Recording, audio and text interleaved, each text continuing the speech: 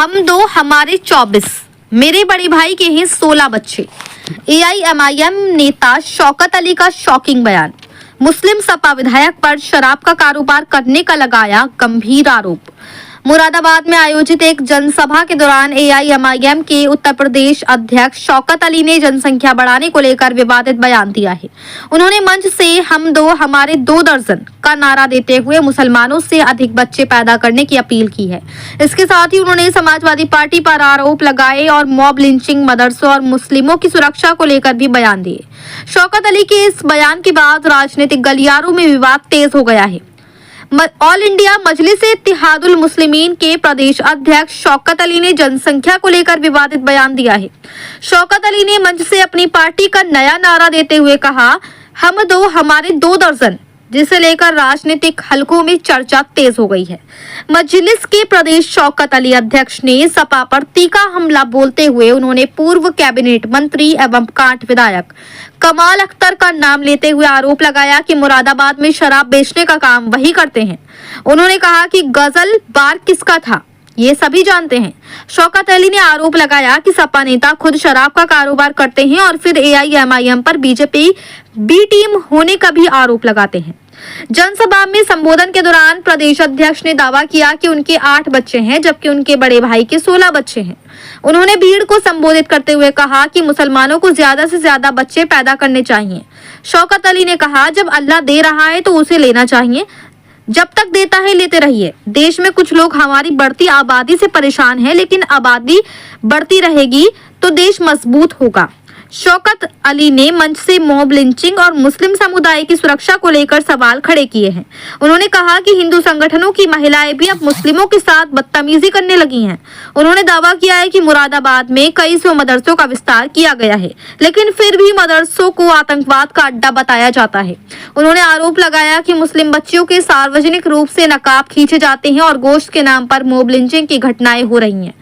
शौकत अली ने यह भी कहा कि मुस्लिम समुदाय के लोग ट्रेन और बस में सफर के दौरान भी खुद को असुरक्षित महसूस करते हैं और कई बार उनकी दाढ़ी तक नोच ली जाती है। शौकत अली के इन बयानों के बाद राजनीतिक माहौल गर्मा गया है और उनके बयान को लेकर अलग अलग प्रतिक्रियाएं सामने आ रही हैं। मुरादाबाद से मोहम्मद समीर की रिपोर्ट। और अल्हम्दुलिल्लाह हम तो कहेंगे कि ज्यादा से ज्यादा बच्चे पैदा करें आप लोग। अल्लाह अगर दे रहा है तो आप उसको लीजिए, इनकार मत करिए अल्लाह की जात से। जिनको नहीं होता कोई चौखट नहीं बचती जहां जाकर के अपना माथा ना टेके कि अल्लाह मुझे भी साहिब औलाद कर दे। और मैं ये भी सुनिए, जब तक दे रहा है जब तक लेते रहिए। लोग थोड़ा परेशान तो हैं कि हमारी आबादी बढ़ रही है। अरे देश की आबादी जितनी ज्यादा होगी देश उतना ही मजबूत होगा। चाइना की आबादी ज्यादा है, चाइना मजबूत है। हमारी आबादी जितना बढ़ेगी इंशाअल्लाह हमारा देश उतना ही मजबूत होगा। तो हम तो आज से एक नारा देंगे कि हम 2 और हमारे 2 दर्जन। हमारे तो अल्हम्दुलिल्लाह 8 बच्चे हैं। कितने? 8 बच्चे हैं अल्हम्दुलिल्लाह। और हमारे बड़े वाले भैया का भी जल्दी इंतकाल हुआ है। आप लोग दुआ करिए अल्लाह सुब्हानहू तआला उन्हें जन्नतुल फिरदौस में आला मकाम अता फरमाए। हमारे बड़े भैया के अल्हम्दुलिल्लाह 16 बच्चे।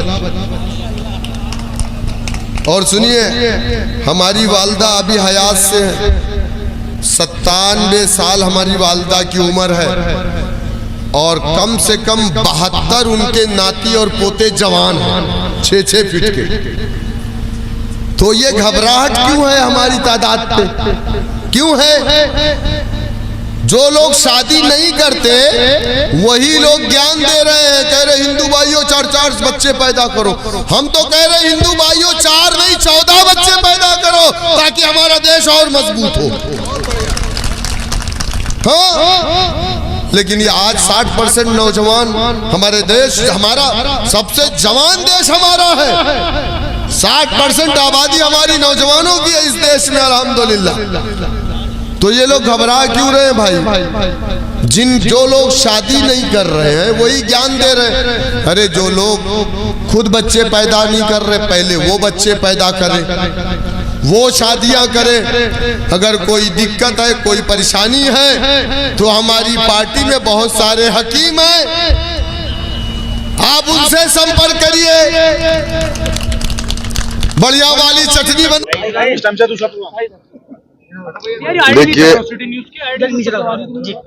देखिए मैं लगातार पूरे उत्तर प्रदेश में पार्टी के संगठन को विस्तार देने के लिए मैं जगह जगह कैडस प्रोग्राम, नुक्कड़ सभाएं और बड़े प्रोग्राम, हर तरीके के प्रोग्राम से मैं कर रहा हूं। बनारस से बलिया, गाजियाबाद से गाजीपुर तक। तो इसी सिलसिले में पश्चिमी यूपी के 7 से 8 दिन के दौरे पर मैं हूं। तो अब सामने जिला पंचायत का इलेक्शन है, 2027 में विधानसभा का भी इलेक्शन है अल्हम्दुलिल्लाह। तो हम अपनी तैयारी कर रहे हैं और लगभग हमारी 70% तैयारी मुकम्मल है। क्या मानते हैं कि 2027 के चुनाव में किस तरह से क्या किसी पार्टी को ले जाएंगे? देखिए हम तो चाहते हैं कि उत्तर प्रदेश में एक मजबूत गठबंधन बने, जो गठबंधन बीजेपी को रोक दे। उसके लिए समाजवादी पार्टी का गठबंधन बीजेपी को नहीं रोक पाएगा, क्योंकि आपने देखा कि 2017 में, 2022 में ये लोग बीजेपी को नहीं रोक पाए। तो ये समाजवादी का गठबंधन बीजेपी को समाजवादी नहीं रोक पाएगी। इस प्रदेश में अगर बीजेपी को कोई रोक सकता है तो दलित और मुसलमानों का एक मजबूत गठबंधन, जो कि 20-20-40 होगा, हम बीजेपी को उखाड़ देंगे उत्तर प्रदेश से इंशाल्लाह। अभी संभल की अगर बात की जाए तो सरकारी विद्यालय की बात की जाए, वहाँ पर एक अध्यापक और प्रिंसिपल को निलंबित कर दिया गया, सस्पेंड कर दिया गया, क्योंकि वहाँ मुस्लिम, वहाँ कुरान की आयतों के पोस्टर लगाया गया था।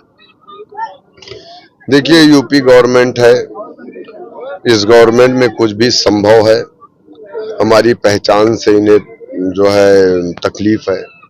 ये नहीं चाहते हैं कि इस प्रदेश में, इस देश में मुसलमान रहे। वही लड़ाई तो हम लड़ रहे हैं, हम तो वही लड़ाई लड़ रहे हैं। मैं ये पूछना चाह रहा हूं कि हर थाने में, हर स्कूल में मूर्ति लगा करके उसकी पूजा की जाती है और कराई जाती है, तो क्या वो संवैधानिक है? वो संवैधानिक तरीका है? आप बताइए मुझे, क्या हमारे देश का संविधान इस बात की इजाजत देता है?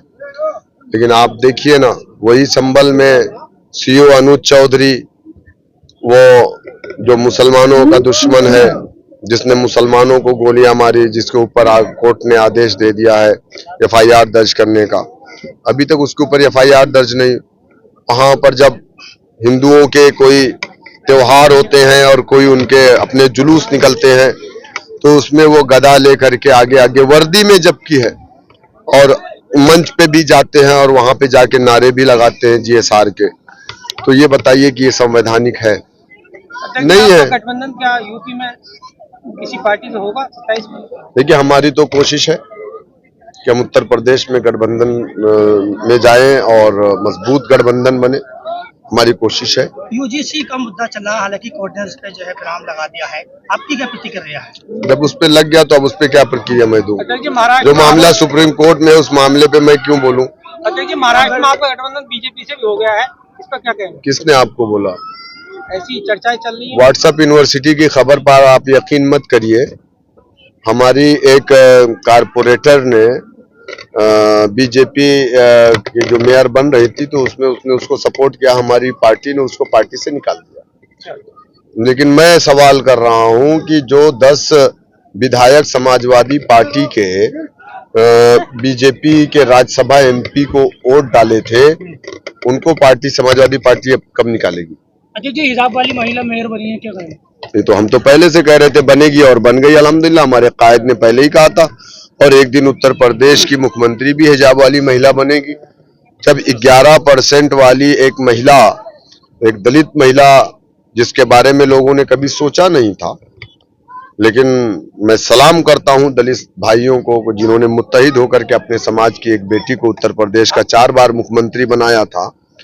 तो हम तो 20% है उत्तर प्रदेश में। इंशाअल्लाह आज नहीं तो कल हमारे कौम की भी एक बेटी जो हिजाब और नकाब में होगी और उत्तर प्रदेश की मुख्यमंत्री बनेगी। पड़ोसी राज्य की बात कर लेते हैं, उत्तराखंड की। उत्तराखंड के अंदर यूसीसी लागू है, 1 साल हो चुका है, जिसमें कि 3 तलाक, हलाला, इद्दत जैसे में पूर्ण प्रतिबंध लगा दिया है। क्या इस तरह का कानून यूपी में आना चाहिए? गाजियाबाद से गाजीपुर तक, बनारस से बलिया तक उत्तर प्रदेश है, उसके आगे की बात मैं नहीं करता, क्योंकि मैं पार्टी का राष्ट्रीय अध्यक्ष नहीं हूँ। आप उत्तर प्रदेश की बात पूछिए तो मैं बात करूंगा, वरना नहीं करेंगे।